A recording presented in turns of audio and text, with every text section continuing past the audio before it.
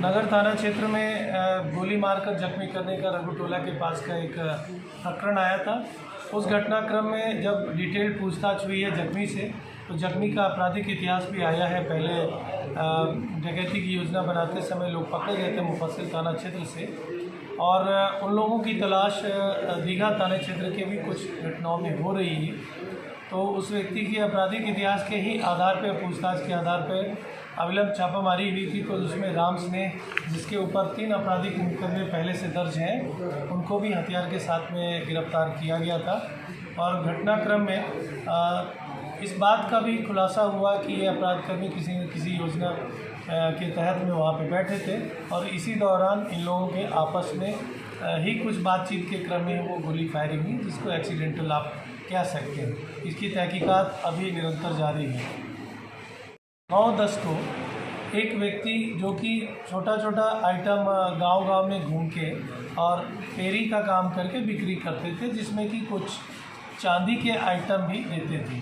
तो प्रारंभ में उसमें 2 लाख रुपए तक की राशि की बात आई थी, लेकिन उस बात का सत्यापन हुआ है और काफ़ी कम मात्रा में 20,000 से कम मात्रा में उसमें चांदी के आइटम की पुष्टि हुई है।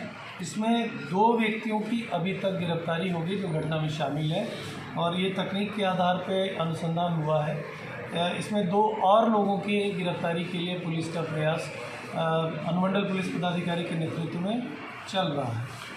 उन व्यक्तियों में से 2 व्यक्ति ऐसे हैं जिनका पूर्व का भी आपराधिक इतिहास रहा है, और पहले एक गिरोह वहाँ पे चला करता था, उससे भी उनकी संबंधता उसमें प्रकाश में आई है।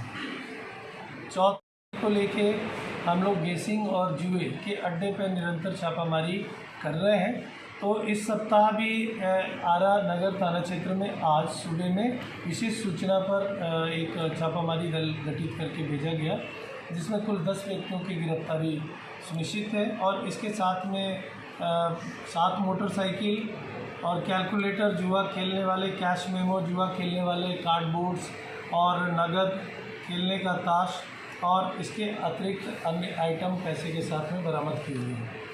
इस प्रेस वार्ता में विगत सप्ताह में जो भी हमारे कांड उद्भेदित हुए हैं उसकी भी इसमें विवरणी दी गई है, जो बरामदगी हुई है उसकी भी इसमें विवरणी शामिल कर दी गई है, और अवैध बालू उत्खनन के विरुद्ध जो कार्रवाइयाँ चल रही हैं उसकी भी विवरणी अवैध बालू में आर्म्स भी बरामद हुई है। नहीं, उसमें आर्म्स नहीं बरामद हो सका था, खोखा मिला है, जो इंडिकेट कर रहा है कि जरूर कहीं ना कहीं पे एक दूसरे के ऊपर वर्चस्व को लेके फायरिंग की गई थी।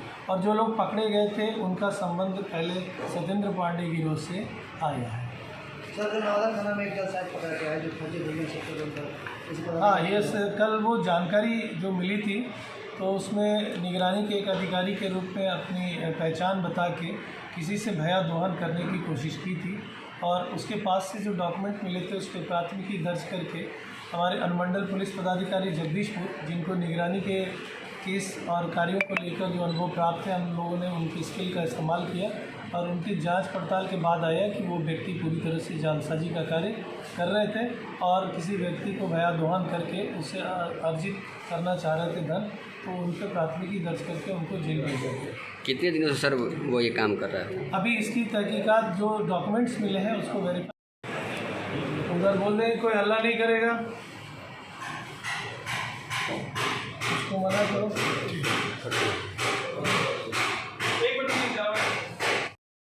ब्रीफिंग कुल 4 घटनाओं को लेके, प्रमुख 4 घटनाओं को लेके हम लोग कर रहे हैं। सबसे पहले कोइलवर थाना क्षेत्र में अवैध बालू उत्खनन को लेके करीब 20 तारीख को एक सूचना मिली थी कि आसपास के इलाके में कुछ लोग जमा हुए हैं, जिसमें बाहर के भी लोग आए हुए हैं, और उसमें हथियार का भी इस्तेमाल हो सकता है, गोलीबारी हो सकती है। उस पर छापामारी हुई।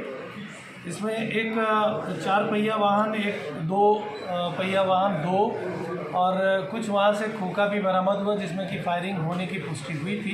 किसी को कोई क्षति नहीं है, परंतु उस जगह पर जो पुलिस बल ने दावा बोला है, तो वहाँ से 2 वैसे व्यक्तियों की गिरफ्तारी हुई है जो पहले से भी जिनका आपराधिक इतिहास रहा है, और एक उसमें से व्यक्ति इस जिला बल के बाहर के भी हैं।